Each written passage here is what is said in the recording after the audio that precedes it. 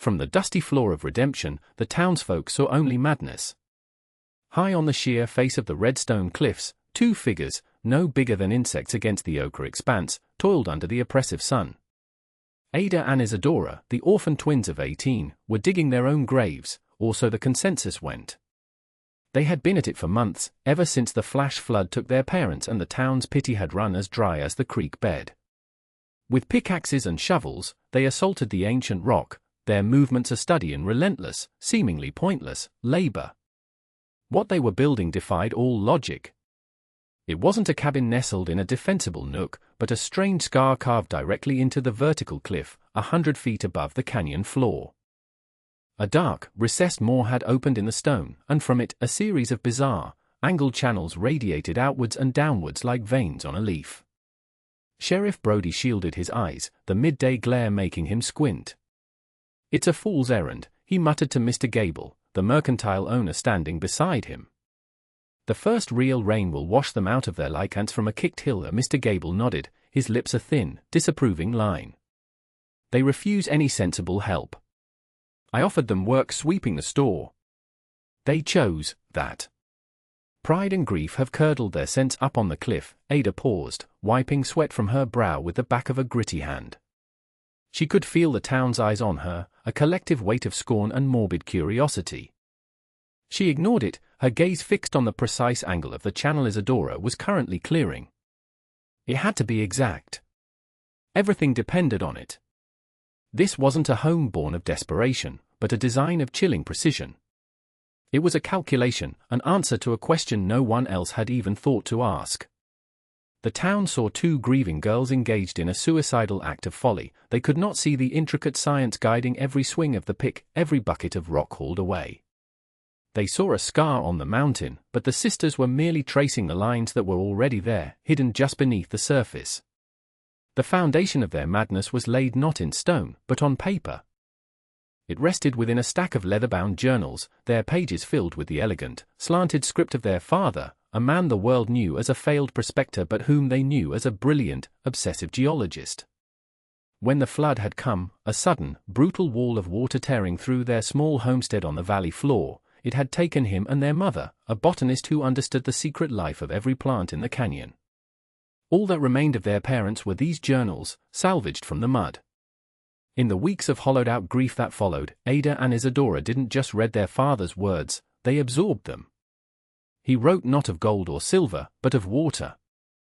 He was consumed by the hydrology of the Redstone Canyon, positing theories that his peers had dismissed as fanciful.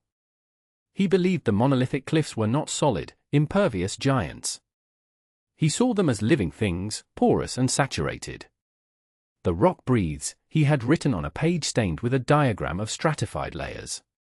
"It inhales the rain and holds it deep within. But like any vessel, it has its limits." The pressure builds. His final entries were frantic, filled with calculations and warnings. He had identified a vast, deeply buried layer of porous sandstone, a hidden aquifer locked within the cliff directly above the town of Redemption. He theorized that a specific, cyclical weather pattern, decades of drought followed by a sudden, intense deluge, could oversaturate this layer to a critical point. The result would not be a simple flood of runoff. It would be a catastrophic failure of the cliff itself, a weeping of stone, a mudflow of unimaginable power that would scour the town from the map.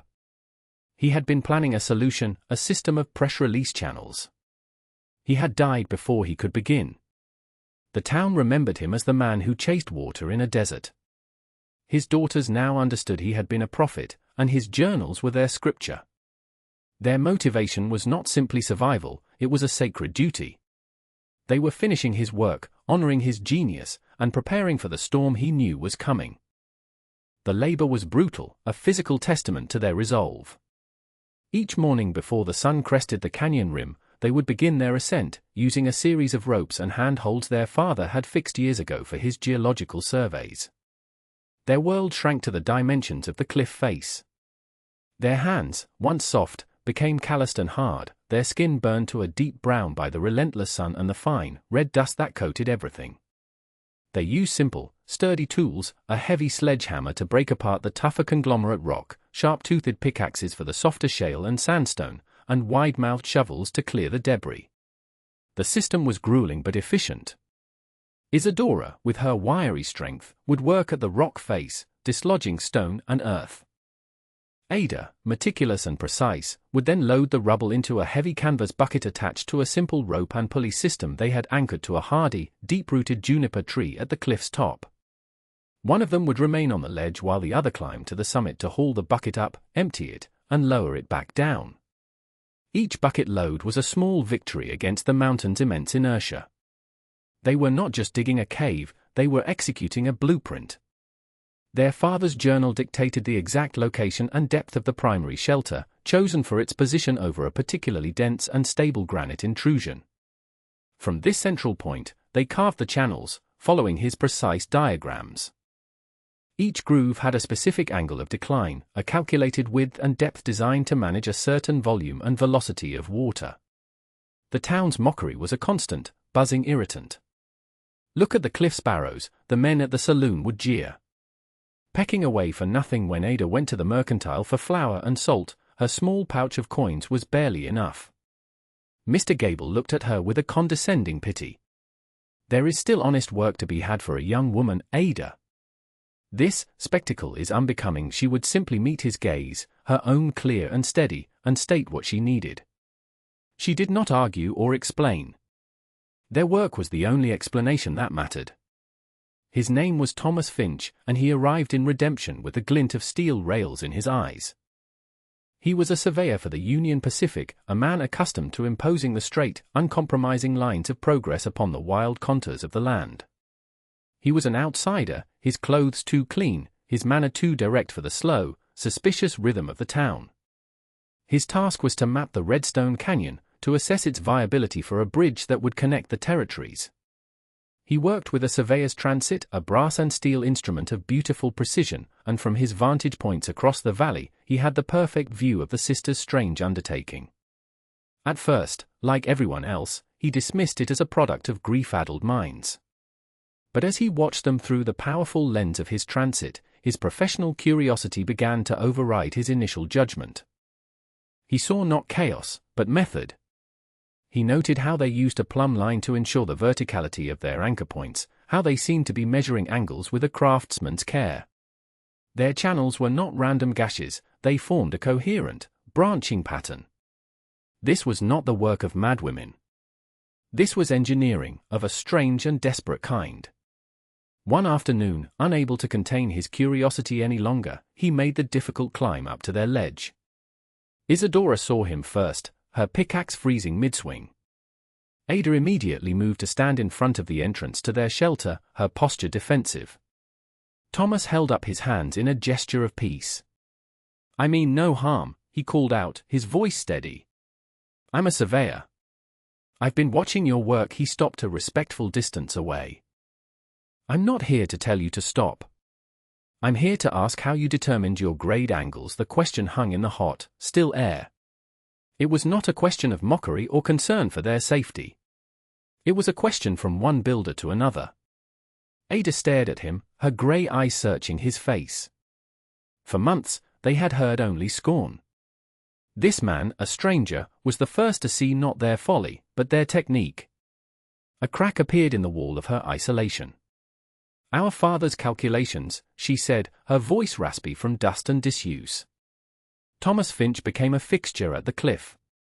He began by bringing them small things, a canteen of fresh, cool water, a new file to sharpen their pickaxes, a share of his supper. He never offered pity, only practical assistance. He would sit for an hour after his own work was done, watching them, asking quiet, intelligent questions. He brought his transit up the treacherous path one day, setting it on a stable outcrop.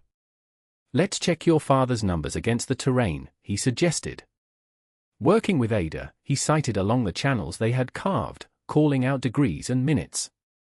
To his astonishment, their handmade grooves perfectly matched the optimal gradients for water flow that his modern instrument confirmed. His respect deepened into awe. He saw their father's journals, the pages filled with complex geological theory and hydrological dynamics. "My God," he breathed, tracing a diagram with his finger. This is years ahead of anything being taught at the university. He understood the entire canyon as a single system for partnership formed, unspoken at first, then solidified by shared purpose.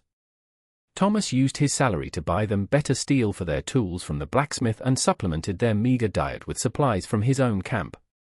A quiet romance began to kindle between him and Ada, born not of flirtatious words but of the shared language of angles, stress loads, and the elegant logic of the natural world.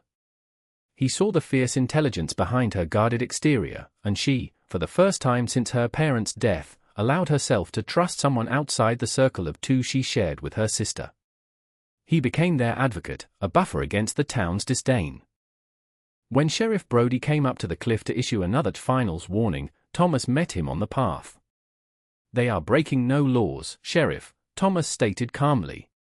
"And they are more aware of the dangers of this cliff than anyone in your town." Thomas Finch, the railroad man, the agent of change, had become the first true believer in the gospel of the Redstone Cliffs. The air grew heavy and thick, charged with a tension that had nothing to do with the town's disapproval. The long, brutal drought that had held the canyon in its grip for years began to show signs of breaking. The sky, once a uniform, bleached blue, was now bruised with sullen, purple clouds that gathered at the horizon each afternoon before retreating. The wind changed, carrying the scent of distant rain and damp earth, a smell so foreign it was unsettling. The old prospectors and ranchers in town squinted at the sky, their faces etched with a familiar worry. "The signs are there," they'd murmur over warm beer in the saloon. "Just like in '54. We're due for a big 1 inch on the cliff," the sisters worked with a new, feverish intensity. The construction of their shelter and the primary channels was complete. Now, they were focused on the final, critical phase of their father's design, clearing the smaller, secondary fissures and ensuring every intake point was free of debris. It was a race against the gathering clouds. Thomas, now a constant presence, helped them rig a more efficient pulley, allowing them to clear rubble twice as fast. He saw the look in their eyes, the grim determination that bordered on desperation, and he understood. They were not just finishing a project, they were arming a fortress. One sweltering afternoon, a small figure appeared at the base of the cliff.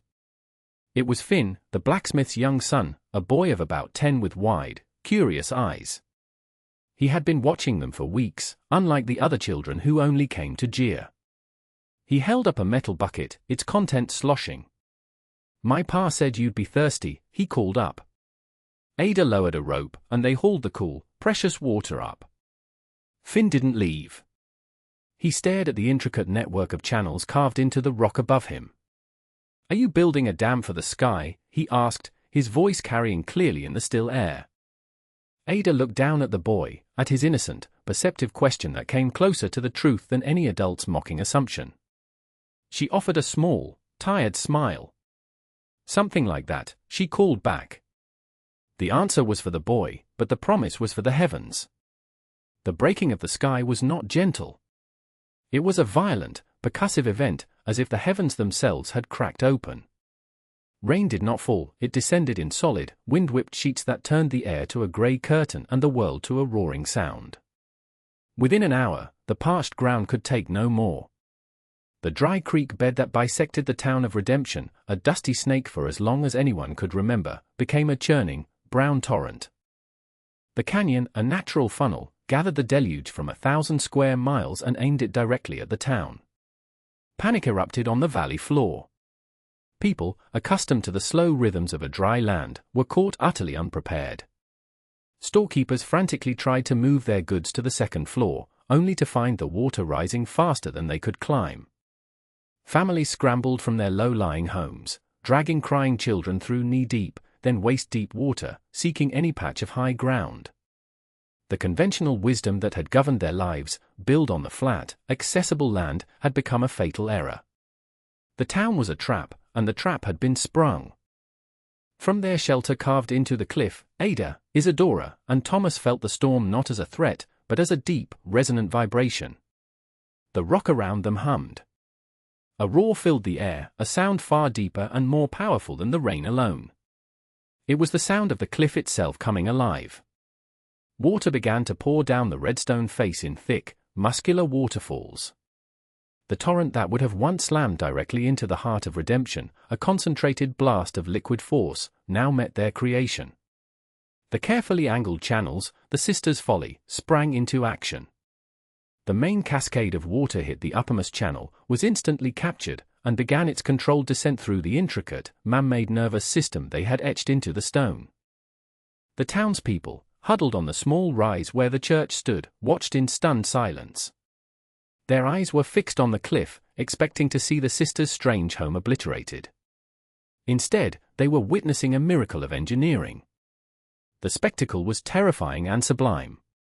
The red stone cliff, which should have been a uniform sheet of destruction, had become a complex, living aqueduct.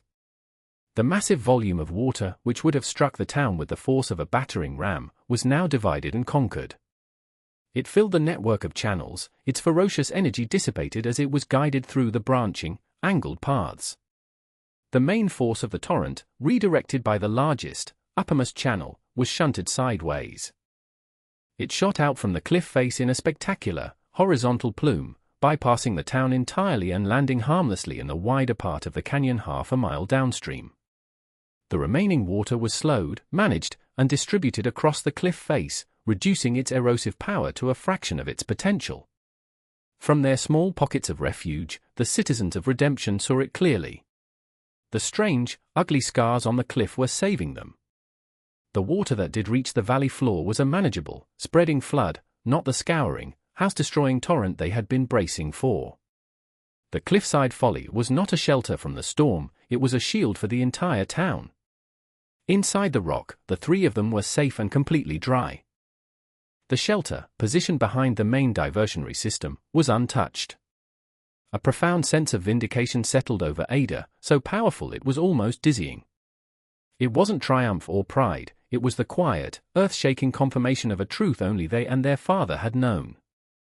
They had not defied the mountain, they had listened to it. They had not imposed their will upon the rock, they had collaborated with it.